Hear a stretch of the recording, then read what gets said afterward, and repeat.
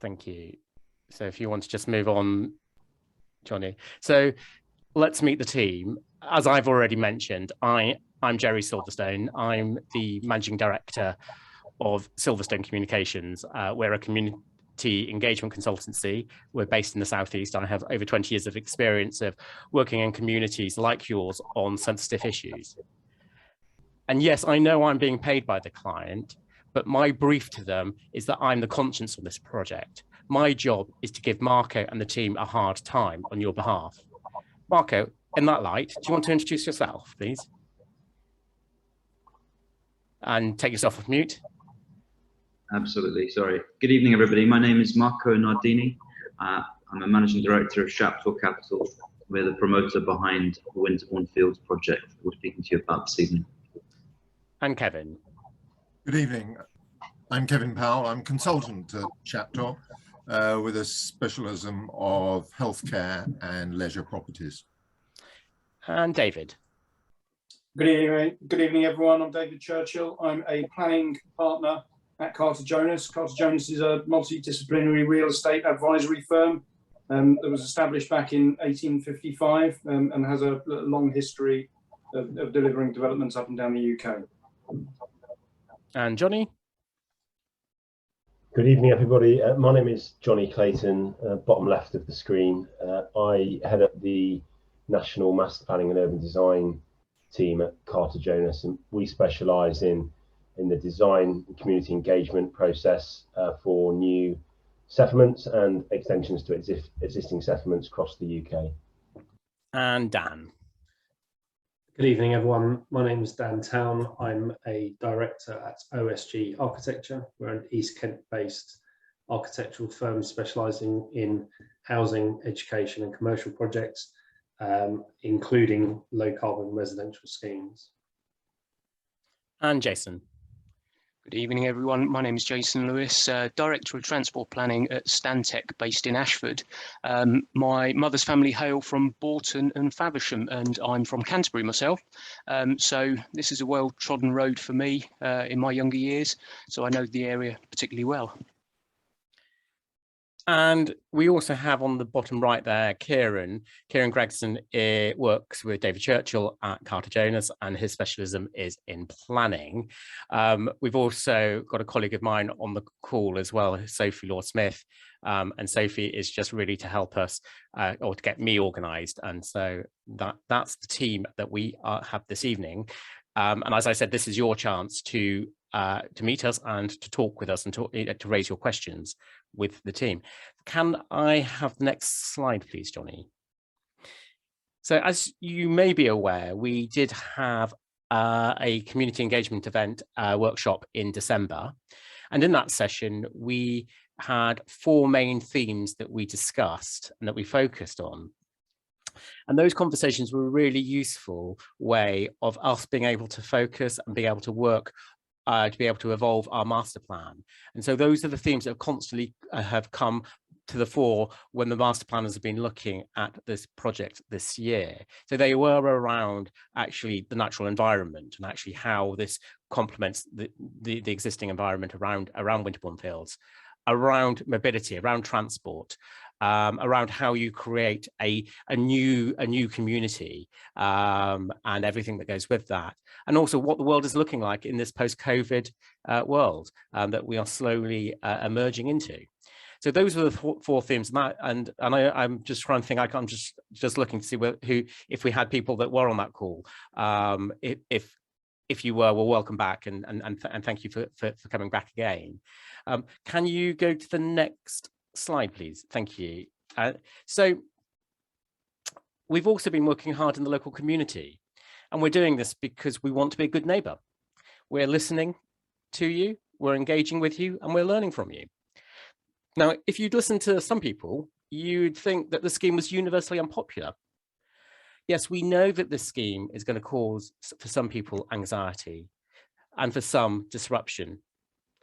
But however, for many people we've met, they welcome this as being a progressive scheme. It's never easy speaking up, especially if your neighbours are very vocally against something. However, for some young people, or indeed actually for some elderly people in this area, this scheme is very much indeed welcomed. Can you move to the next slide? Thank you. And integral to informing the evolution of our master plan was actually a public document that was a document that was published by your parish council, and that was the parish council's Regulation 16 consultation, and that set out a number of aspirations that residents wanted. Now, those aspirations were indeed very honourable wishes, but they do need to be paid for. And what we know is that the council does not have the money to be able to pay for it. However, allowing our scheme to go forward will unlock the funding for these community benefits. I think, in other words, actually, that famous magic money tree that Theresa May was so keen to talk about will grow if Winterbourne Fields can be created. So should we move on, Johnny, to the slide introducing a bit more about the skill set behind the team? I'm going to pass over to Marco.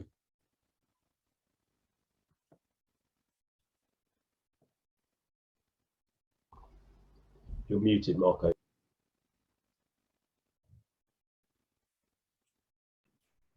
Apologies, sorry. Thanks, Jerry. As I stated previously, I'm a director at CW2 Capital. We're the property developers and the promoters behind Winterbourne Fields. And as a company, we have our roots firmly set in Kent. We're passionate about creating new communities. We're committed to delivering high quality new developments which can benefit the existing and the future residents of this corner of Swale. We know how much Swale need new homes to meet existing demand, and we can play our part in making this happen. Winterbourne Fields will not just bring forward new homes, but will also provide a new and modern primary school, doctor's surgery, large areas of recreational land, and vital improvements to the Dunkirk A2 junction. And we're here tonight to outline these proposals to you in more detail and to answer any questions you may have. Our commitment this evening is to listen to you, to engage with you, and to learn from you. As part of our duty to engage, we take events like this very seriously. By participating, you're not signalling any level of support, but you are helping us to understand how our scheme can emerge to help resolve the housing crisis in Swale. I would emphasise that we are in this to see it through to the end. We will not be walking away once we get planning consent. And for us, we want to deliver the best, and that's why we will sign up to a design brief that will ensure the scheme is built to the highest standard. This will not be another bog standard housing estate. We'll create a community that will benefit both existing and future residents, and of which we will all be proud. Hi everyone. So that what you can see on the right-hand side of this page is some examples of the projects that we've been involved in.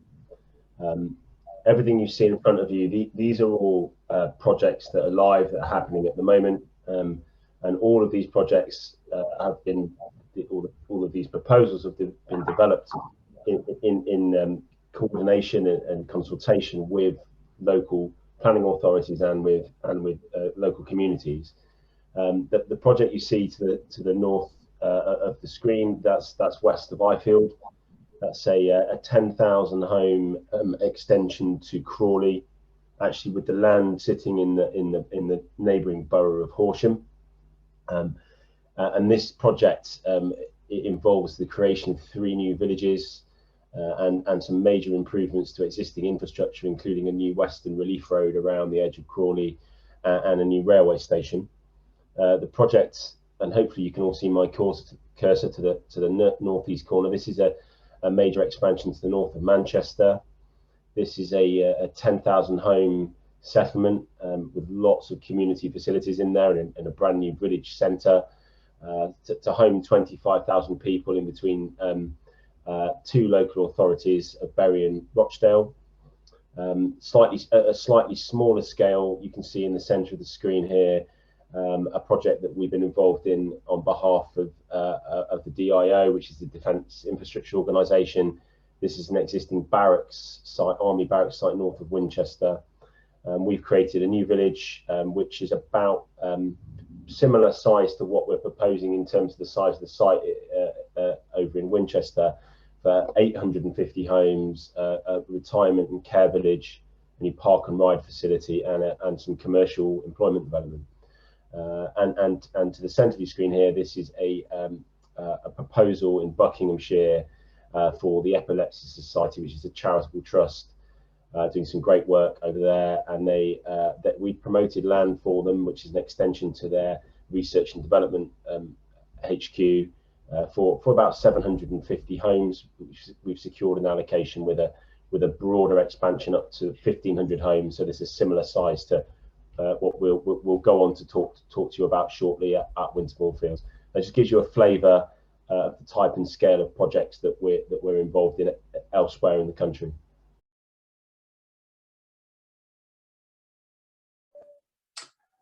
And I'm here this evening just to talk to you briefly about the planning process and our planning approach. Now, up on screen is a bit of a timeline that gives an indication of what we're proposing to do and what we're the key stages of the local plan. We as a team have engaged in the local plan production process with submissions made to the relevant documents produced by the Borough Council. We've always been concerned, though, that the local plan the council's producing has had major issues, which means that it risks being found unsound and not able to be pursued. And the fact that the council has recently recognised this and stepped back a stage provides us with a further opportunity to engage in that process. But we can't rely on the local plan process, or we feel we can't rely on the local plan process or its timings. And we're keen to avoid wasting time and press ahead with a application at the right time. And one of the key reasons for that is the extent of the affordability crisis locally, which has seen house prices against incomes rise exponentially. I won't bore you with the figures for that, but there is some significant pressure to address the issue as soon as possible. Next slide, please, Johnny. Now, what you've got up on screen is a snapshot of the borough showing the extent of the constraints to development in Swale, and you can see from that with the various colours and the hatching that they are very significant indeed.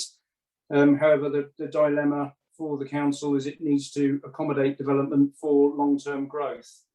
And whilst the site itself is subject to a local landscape designation, it's not subject to any designations of regional or national significance. And you can see in the middle on the hatched area, this is an area known as the best and most versatile agricultural land. It covers a vast swathe of Swale, and it's an area of such significant social and economic importance to the area. It embodies that concept of the Garden of England. And in comparison to the significant national and regional constraints, the Blean area of High Landscape Valley, which we recognise in the proposals, is something that can be addressed and supported in the design for the scheme. Next slide.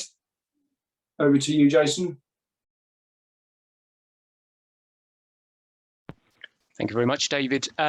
This is a sustainable location for development. The site is very well situated to the A2 trunk road dual carriageway, therefore enabling very good access, very convenient access into and out of the site without affecting local roads. The site is within short distance to bigger towns, Faversham and Canterbury being equidistant, about 5 kilometres away. Public transport networks close to the site, including bus routes and local train stations, are particularly good. There are services, local services at a half-hourly frequency running through Bourton, plus also there is an express service between Canterbury and Faversham that passes by our doorstep every half an hour, so that's 4 buses an hour. And other settlements such as Dunkirk and Bourton reachable either on foot or by bicycle. So Bourton is less than a mile away, so that's probably less than a 10-minute bike ride. Selling Station's about a 15-minute bike ride away, and Faversham Station is about a 22 to 24-minute bike ride away across to the west. Jason, can I just stop you just there for a second? I've seen that Kathleen has raised her hand. Was that was the question to do with transport, or do you want to very quickly answer it and see if we ask the question and see if we can answer it now, or? But you're on mute. I'm now unmute, aren't I? Yeah. Yeah. Yes, good. I was going to just check with you about the access, because on your plan that we had through the post, this one, it looked to me like you were only exiting and entering the A2 on one side. Now, are you telling me that there will also be an exit and an entrance in the opposite direction, Doverwards? Presumably you're thinking of expanding the exit we've got at Dunkirk, so you come off at Foresters Lodge Farm. I understand that. What about in the other direction? Because if there isn't one, people are going to be coming up through Bolton if they're coming back from London on the M2.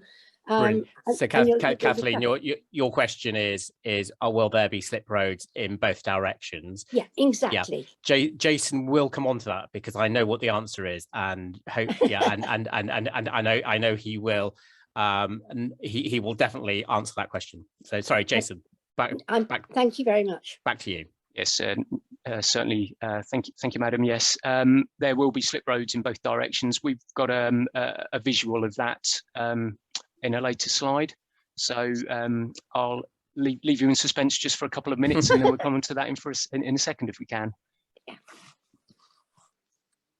Okay, sorry, Jason, I rudely interrupted you.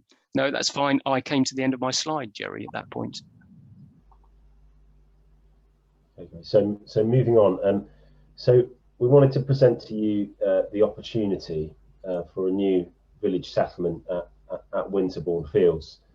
The starting point for that process really is to identify what we see to be the unique qualities of this land holding, which make this a unique location for a new settlement. And just looking at this left-hand side of this slide, I just want to sort of run through this series of points very, very briefly. So Jason has flagged this in his transport slide that Winterbourne Fields is a location equidistant between these two major cultural and employment hubs of Canterbury and Faversham. So these two places are very accessible from this location. It's very highly physically and visually enclosed. So the whole of the land holding is shrouded by mature trees and woodland, and of course we recognise that they are very significant features that we need to protect, but it does mean that our site is very well enclosed. We are unconstrained by national designations, as picked up by David, and the site is owned by a single landowner. So quite often what we will find when we're working on development sites around the country is there are multiple landowners, and that always creates lots of problems contractually, and also when it comes to sort of ransom situations. But in this particular location, we are dealing with a single land ownership. We have immediate access to some fantastic countryside walk, public rights of way, which I'm sure that you're all familiar with, and have been very useful, in particular during the last sort of 18-month to 2-year period. So that the proposition that we're putting forward here is for a new village-sized settlement of approximately 1,600 homes, and this settlement will be very distinct from Dunkirk and Bolton and Selling. It will have its own access off the A2, so it will not be reliant on any of the existing public highways, and it will have complementary facilities that do not seek to compete with the existing places. So we're very conscious of the fact that we do not want to compete with what you already have. We want to look to provide new facilities which complement what you already have. So that's the proposition that we're putting forward, and we see this as being very much working together with what you've got rather than competing. So that's just a bit of a summary about what the project is all about.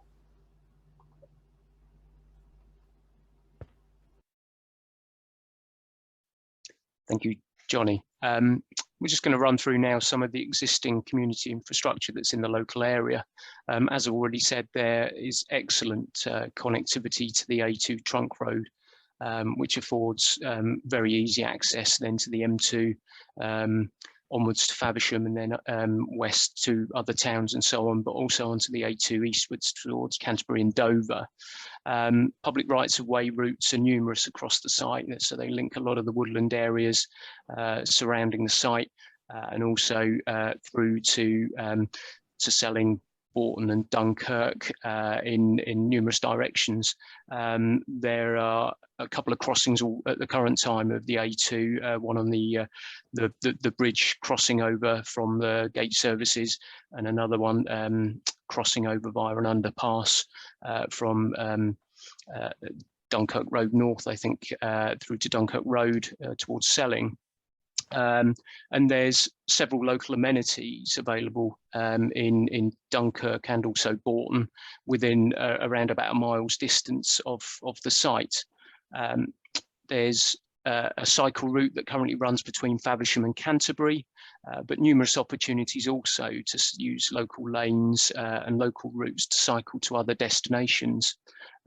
And as we've said before, those cycle distances are around about 20 minutes to either Canterbury or Faversham, or if you wish, into the countryside towards Selling and other local villages.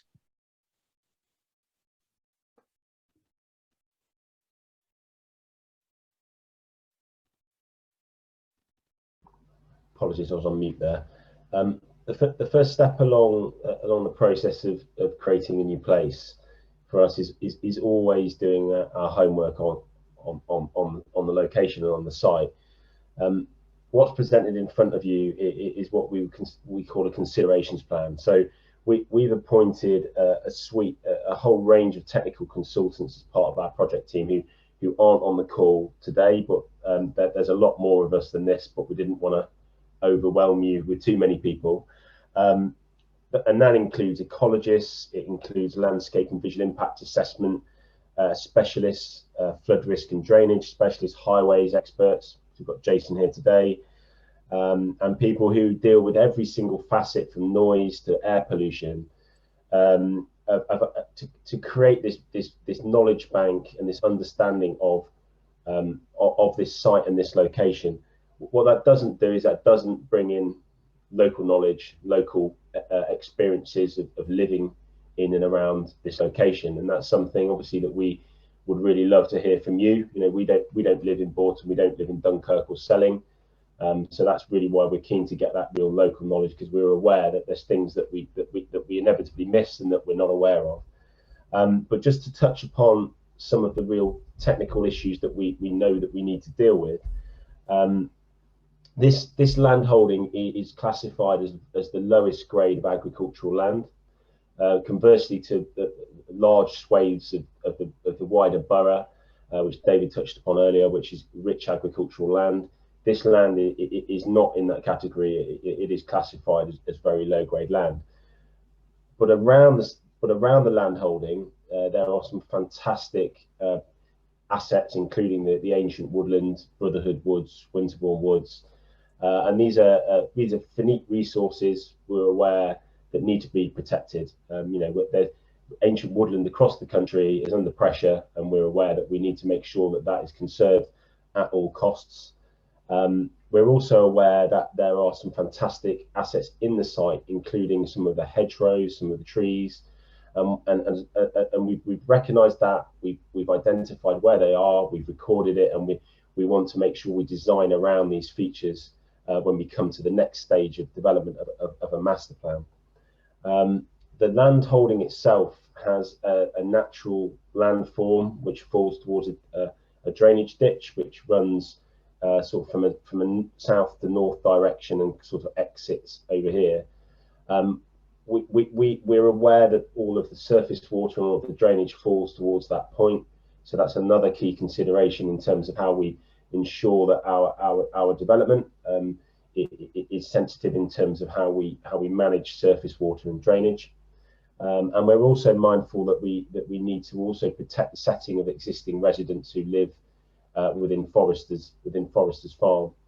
That deals with the sort of considerations and constraints associated with the site to the south. To the north, we're right on the doorstep of Dunkirk. So again, you know, the amenity and the setting of the existing properties on the edge of Dunkirk we need to be mindful of that, of where we're positioning our proposals and our development, and how we protect the setting of the existing properties that are positioned on the edge of Dunkirk. So these are all things that we're thinking about and we're considering at the start of the process before we put pen to paper on any solutions or any ideas that we have for a master plan. Thank you, Johnny. As you can see, this is an indication of the 4 slip roads that are proposed as part of this scheme. So that's 2 in the direction of Canterbury and 2 in the direction of Faversham. So that's all movements. Currently, the slip road arrangement only serves on the Canterbury side. So you can either go to Canterbury or come from Canterbury or the gate services. And I should point out that those current slip road arrangements, both of them, both the Canterbury bound and from Canterbury, are highly substandard in terms of safety and their layout and compliance with national highways standards. And they have unfortunately and tragically suffered a number of fatalities in the recent past. So we're proposing to take those slip roads and remove them and replace them with fully compliant design manual for roads and bridges, which is the national standard for Department for Transport, slip roads with proper run-up distances. So you don't have to be accelerating hard when you go to Canterbury, and they're laid out in a very safe fashion. I think we've got another slide there, Johnny, showing us on the next slide what that might look like. So we've put together these designs in accordance with very stringent design codes. And as you can see here, we've got slip roads in all directions, but link roads to the existing overbridge, which you can see in the foreground. So that's the bridge you come across at the moment when you cross from the gate services over to Dunkirk village. We're now going to provide that as a linkage between the 2 slip roads, which also provide means of access to the north site A onto the right hand side of the screen, and then the south site B, which is the larger part of the site, with 2 points of access onto that land. We're looking, as I said, at how we can treat the existing gate services access, which currently crosses over with the Dunkirk entry. We're looking at removing the ability to join Dunkirk, but of course we'll have this new fully compliant slip road to play that role in future. So we're hoping to significantly improve safety as part of these proposals. We've discussed those proposals with National Highways, formerly called Highways England, and they've confirmed that they can see the justification there, particularly in terms of safety to that scheme. What they're also particularly interested in is ensuring safety for things like freight traffic, because there's a lot of lorries that route from Dover using this route. So you as residents will find that having a properly compliant slip road will mean that you can mix with traffic much more safely than you do at the moment. Over to you, Johnny. Thanks, Jason. So I think it's probably good time for us to just explain to you what we're proposing here as a development solution at Winterbourne Fields. What you see in front of you is what we describe as the design rationale, and that's tells a story of how have we reached the conclusions we've reached. So we haven't just come to jump to conclusions. We've taken ourselves through a process. And part of that process was obviously the initial community workshop, and this is the second opportunity for us to come back and present our findings. Everything begins with the slide in the top left-hand corner, and that is the importance and the significance of the protection of that woodland around the site. So we're fully aware that we need to ensure that woodland is protected and conserved. So we're proposing a 20 wide metre buffer all the way around the site, which would potentially be fenced. It would include new woodland planting to protect the existing ancient woodland. So that's something that we're very conscious of. We're then proposing 15 metre wide green corridors along all of the existing hedgerows, and that provides an opportunity for us to look at new biodiversity and environmental improvement measures be that wildflower meadows, new grassland areas, drainage features, so we can really start to protect and enhance the existing landscape that's within the site. Our public open spaces that we need and we want to create as part of our new development will be positioned in the logical locations. So it makes sense to put the public space on the lower lying grounds where we have attenuation features. That's where all of our surface water is going to go. And also there's a centrally located location that everybody can access and have the ability to access. And then our development parcels then sit in between that framework. So we establish a landscape framework, and around that we then look for opportunities to position development. And you can see here from this plan in the southwest corner of your screen, or bottom left corner of your screen, the sort of egg shapes are where we are looking at residential and other development opportunities. In terms of the village centre, and we will come on to talk about this a little bit more in a moment, we looked at different positions for where we want to put our community facilities. Now, there's a real strong rationale for positioning the village to the north of Winterbourne Fields, and that's because it gives access not only to the new residents that will form part of this new village community, but also to the existing communities within Bourton and Dunkirk. So it's not just about us looking after our new residents, it's about looking after the existing residents and giving you an opportunity to access all of these new facilities that we want to provide within our new village. And that includes things like a new school, new retail, new leisure. We're looking at a retirement village, and so there's lots of ingredients that are going into that village centre that we want to talk to you about a little bit more in a moment. And then finally, in terms of the access, so as I mentioned before, we want to create this new standalone east-west access onto the A2 via this new junction that Jason's explained, and that will allow us to access this development directly without bringing any further traffic through the existing villages. And actually, we believe that will help to alleviate some of the existing problems that you have by creating this new and enhanced junction. So that's the process that we've been on to reach the concept for the master plan, which you see before you now. So just to give you a few details, the concept master plan has been developed at a very strategic level at this stage. There's still plenty of opportunity for you to influence what you see in front of you. We've taken on board the comments that we received at the previous workshop, and also some of the communications we've had with the local planning authority, and particularly the highway authority. Now we're aware that a new school and a new GP surgery are two things that are desirable to the existing communities. So they are two things we are looking to provide within the new village. And we're also aware that a new pedestrian link and an upgraded crossing for people over the A2 is desirable. And so that's something that we're looking to create and looking to implement. And there are two options for that. One is the bridge, and one is the expansion to the existing road bridge, and the other is a standalone pedestrian and cycle connection. I mentioned the 20-metre buffer to the woodlands all around the site.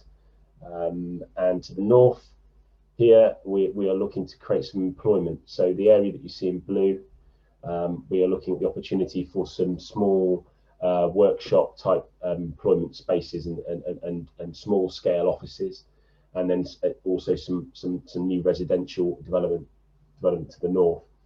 The main body of the site will provide 1,600 homes, 200 of which will be retirement focused properties, and 30% of the area that you see in this kind of buff colour would be affordable homes for local people.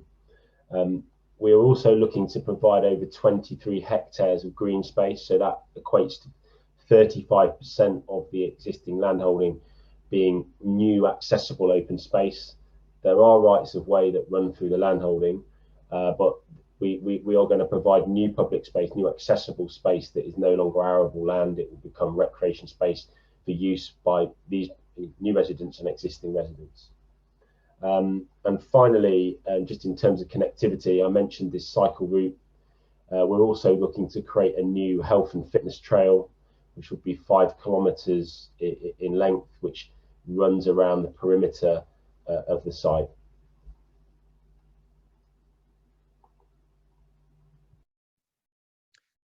Thank you, Johnny. Just looking at and expanding on what Johnny was talking about as the makeup of the development, there are several facilities that we're looking at here to really capture the significant shift in working patterns that everybody's seen over the last year and a half. And we believe that a lot of those patterns now are starting to become really quite established, and particularly in relation to home working. And it's understanding healthy ways of home working in particular. So that's where flexible workspace in the village centre comes in, but also then trying to understand the needs of employees when they do want to go to their main place of work, which is away from the site, understanding how we can best accommodate them without encouraging them into their car. Really, a lot of people now are deciding to sell their second car that they would have ordinarily used to go to the station.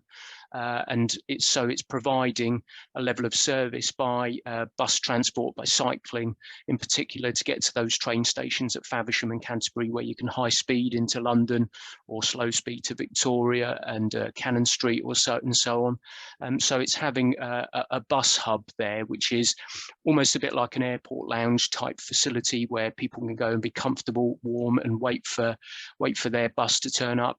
Again, as I said, we're going to be bringing in and we've had discussions with Stagecoach about bringing in the express service that currently passes Dunkirk and Bourton by, that runs between Canterbury and Faversham, so it's 14 minutes in either direction to those train stations I spoke about.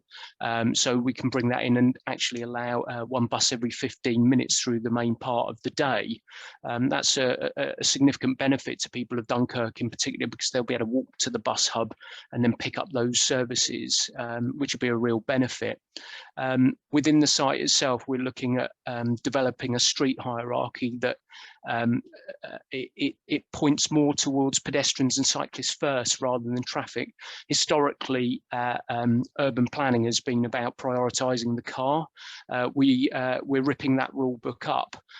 We're looking at providing the most direct and straight routes to the places where people want to go, i.e. the hub, the school, the village centre, and so on, by direct routes, and the vehicle routes being slightly more tortuous, so that they don't automatically engender car-based travel patterns to develop, and people understand that walking and cycling is actually the predominant way that they should be accessing the wider world and the facilities within their site.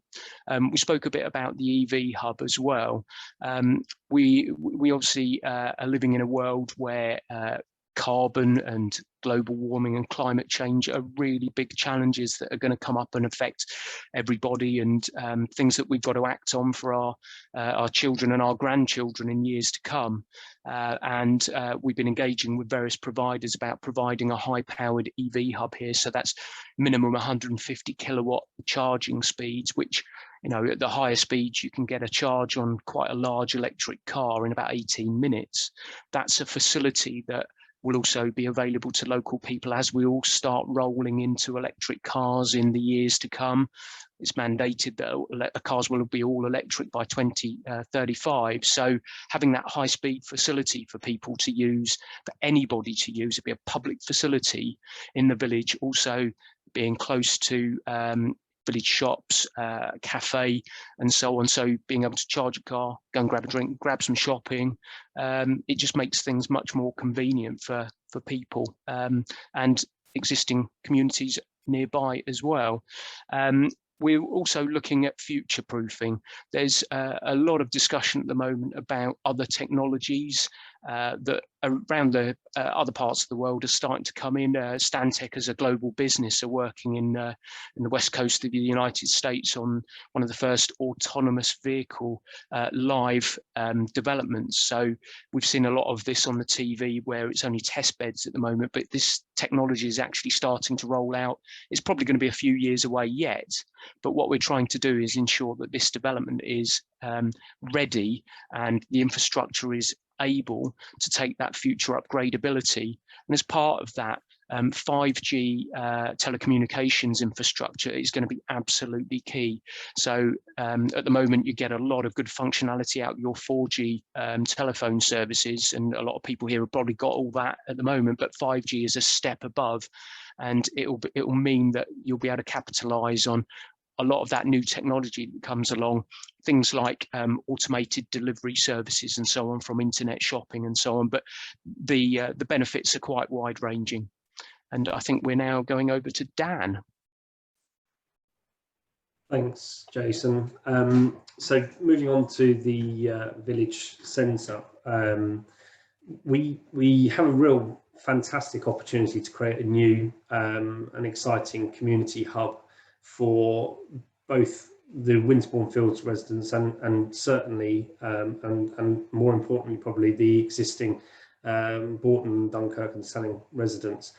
This hub will be formed around a public space. Effectively, it's a public realm which will then be surrounded with various mix of commercial, retail and community facilities such as healthcare in the form of the GP surgery, the provision of a pharmacy, a new leisure hub which will be linked as part of the retirement scheme but still able to be used by both existing residents and Winterbourne Field residents. We're looking to include a new local store offering day-to-day produce, a new 2 form-entry primary school which will also serve the new development and existing surrounding villages, the new transport hub and electric vehicle charging hub which Jason, my colleague, has been explaining. There'll also be 150 market and affordable homes including retirement provision associated and linked with the village centre. Together with the school, we'll be looking to provide an all-weather sports pitch with possible provision for tennis courts and other sporting facilities. Another key area that we're looking at in this area, in this village centre, is also what we're calling a working hub, which effectively is a facility for existing residents and Winterbourne Field residents to utilise the theory of working from home, but not necessarily having to take up your own spare bedroom or kitchen table. This will be a facility where you can take a short-term rental space for offices or meetings, and is completely flexible for all users. We also really want to emphasise the effectiveness of health and well-being, so we will want to include a large new children's play space, and with all of the facilities that could go into this village centre, we're looking to continue the theme of ecology enhancement. So we'll be looking to integrate wetland areas for biodiversity and habitat creation. Effectively, the vision of this new public space is for a central space for the community. It can be used for markets, community events, public gatherings, as well as general seating areas for meeting up with people, as Jason said, grabbing a coffee whilst the car is being charged or you're waiting for the express bus. To summarise, this space will form a real hub for existing residents of Bourton, Dunkirk, Selling and surrounding villages, and also Winterbourne Fields. This isn't set in terms of its design and the facilities we're going to put into it. The opportunity this evening is for us to still kind of hear from you, hear what you have to say and what you want included within this village.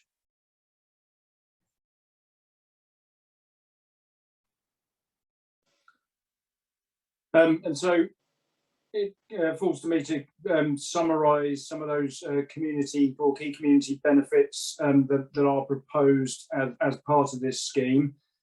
And we've collectively have talked about them across the whole of the presentation, but just to give a bit of a potted history, we're proposing to deliver 30% affordable housing, their homes for the less well off. We're proposing retirement housing, and the reason for that is to allow for right sizing and reducing one of the good consequences of right sizing opportunities. It reduces pressure on the health service that can often arise from risks of inappropriate and unsuitable housing. We're proposing a range of facilities and services, including shops, healthcare, primary school, public transport improvements, and significant areas of open space. The number there is roughly equivalent to just over 32 football pitches.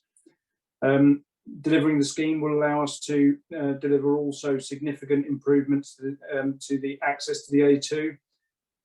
It allows an opportunity for us to create highly sustainable housing and also create a range of job opportunities for the local community.